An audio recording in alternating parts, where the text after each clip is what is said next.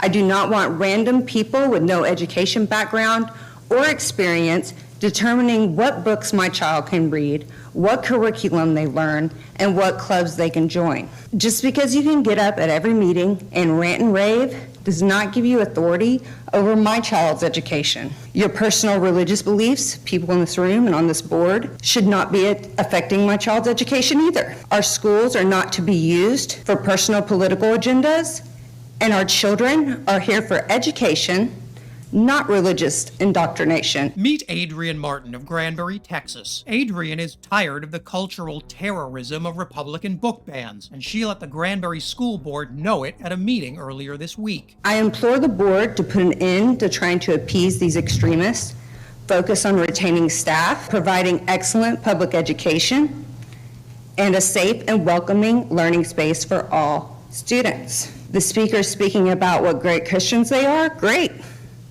Go tell your pastor. Our schools are not your church.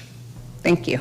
Now, you can tell from her body language that Adrienne is a little bit nervous, and that's a completely normal reaction. After all, Republicans have gotten pretty extreme with how they handle people like Adrienne, and it's a lot of people like this. The progressives have grabbed the power in our high school. Each of you personally allowed them access to simply walk in the front door. They are now hurting confused children. And that furthers the evil. Please think hard on this. And I have a quote too. It's by Jesus Christ. I'm going to pause it there because I'm getting a little freaked out. And by the way, those so-called progressives this woman says have invaded the school, according to Adrienne, she's talking about the student-created and student-led Gay Straight Alliance Club. Actually, you know what? I'm curious. Let's hear the quote that lady prepared. How bad can it be? And I have a quote too. It's by Jesus Christ. If anyone causes one of these little ones who believe in me to sin, it would be better for him to have a large millstone hung around your neck and drop to the bottom of the sea. Never mind. It's a death threat. Let's keep moving. Across the country, Republican book bans are running rampant and emptying school shelves of anything the far right finds objectionable. And as you can imagine, that's a lot of books. Everything from science books containing evolution to apparently a book on the history of Peru. But as News Nation's Silver Fox Dan Abrams points out, now Republicans are starting to ban some books that even other Republicans like to read. It's Jarhead.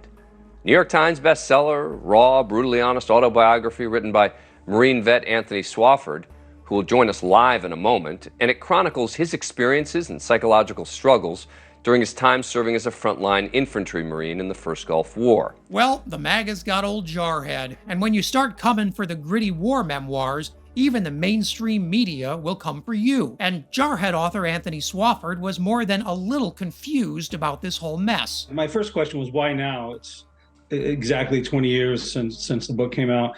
And, the book hasn't changed at all. The periods and commas and all the words are still as they were 20 years ago. But what has changed is I think the culture in which people who can take the slightest offense at any intellectual work, any content, now have these greased avenues with which to attempt to ban ideas, ban books. See, this is why you need a writer to explain things, because Swafford has a great turn of phrase there. What Republicans have done with these book ban laws is essentially greasing the rails of thought policing. They've made it easier than ever to ban books, and now more books than ever are banned. Yeah, sure, it's my book and it's my experience, but more so, this is about closing down ideas, limiting access of ideas to young people who should be the people, if you're a school board, your job is to ensure that the students that you're supposed to be helping educate or guiding their education, that they're open to as many ideas as possible. That would be nice. Unfortunately, the GOP has a big reason to want our students kept away from dangerous ideas. Survey after survey has found that more educated voters are also more liberal voters, and if you can't win elections on ideas, you win them by dumbing down the electorate. The sole purpose of a book ban is to coerce into silence any viewpoint that challenges the status quo. But these book bans are even worse, because not only are Republicans banning books, they're rewriting classroom curricula too. We're witnessing the GOP's full frontal assault on free thought and public education. If they're allowed to win, it will reshape education in ways we can't begin to imagine. None of them are good for democracy or for your free speech. And if that wasn't enough, check out this video, where I'll introduce you to the most entitled police officer of the year. And as always, leave a comment below so you can let me know what I should cover next.